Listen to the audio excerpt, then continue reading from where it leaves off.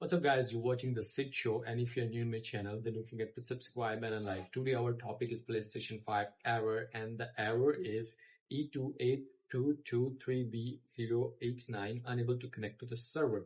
So simply that's how this type of error, it's a server error, not connecting, or a network error, we are going to fix this, and I'm just going to share my screen on the left side, and here we are at the screen. The user and account. You must check your PSN account is logged in or not, your console is logged in or not. And here is the check-in. If it's not, then you just get back to the network.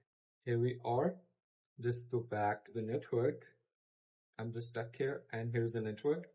View PlayStation Network services. You must check the server. Sometimes the server is down, so you're working on the updates.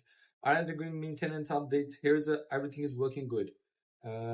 So you have a problem with the local internet. So you go fix your own internet connection, set up a new connection if you get the old one, use a wired LAN and just connecting from the router to PlayStation 4. And here you can just change the DNS settings also in the Wi-Fi and the LAN cable. So you just search it which one is working good in your country, and you just change it to primary DNS, secondary DNS, and empty setting 1500 is okay. So simply that's how you can fix this kind of error.